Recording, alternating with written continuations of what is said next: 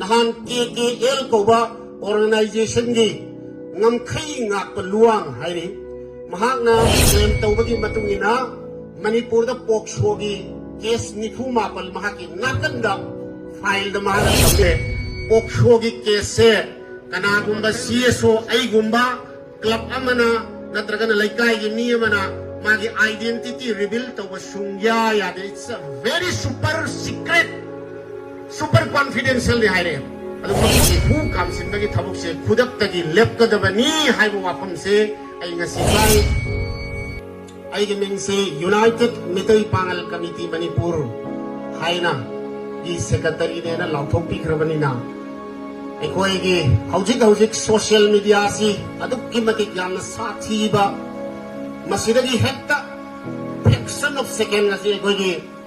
police ki dibhag ta laibi ba ekoi gi sir singsu yawbiri masi mamang da humble request matan thamjari maduri kariginu haiba kana masi ki sip ta sengna na ithu thuna handaki haukiba 2023 gi May gi tang ahum dagi thokriba adugumba khanghaudaba yamna laibak thiba masina maram oira kanda mi lising humpu hendagi leifam chafam magi yum kai khudingmak loina kaidana toidana madugi mahuttuda amaka sathiribadi nahan ikui dana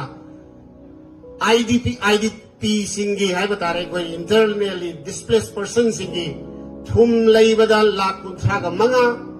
aduga ato pachathuk piramena sumaina koi masengi marakta sukyamna mentally amna disturb tawringai tanja sida hojik sikari oire ka haika da social media da mioi kharana maruwaina ekoi gi Pramod Singh amadi tanglei pak kan lup ko bayamna daita leitaba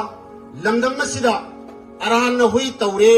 natragana soire haiba taragadi collective oibe effort amada United Mitai Pangal Committee Manipur gumba UMPC gumba atop gi lairiba CSO mayam singsiga phamin naraga madudi soiribe area du CDC tawbiro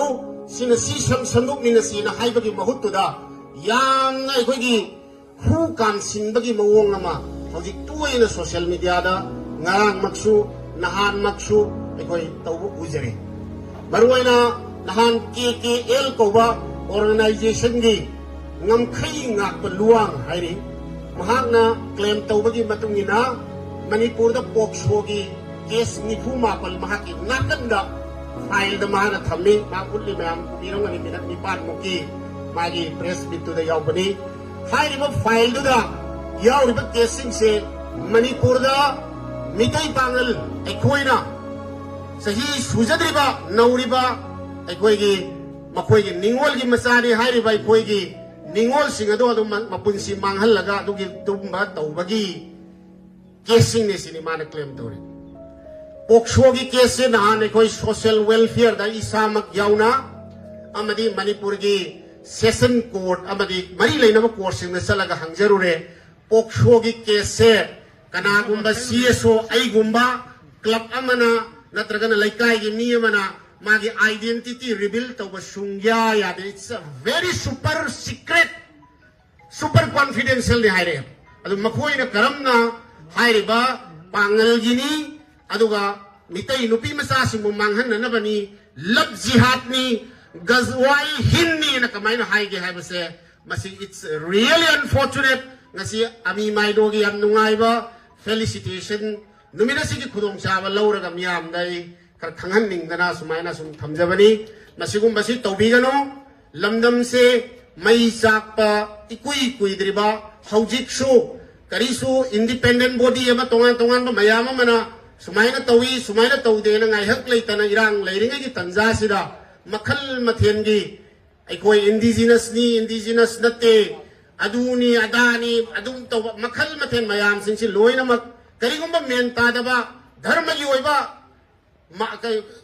bhatta daba kayama leiraga su thamin na ba ya ba aikoi gi authority loina mak leijai tanja chana aikoi gi community singi CSO sing amadi mari leina ba intellectual sing academician sing aikoi gi dasu wata pa da bida aikoi gi community sigi malakta research to bor scholar sing masing thiba ngam dana leire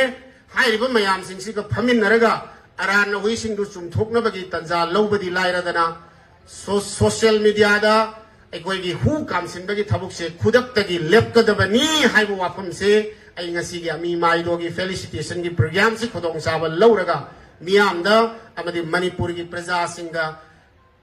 थमजरी।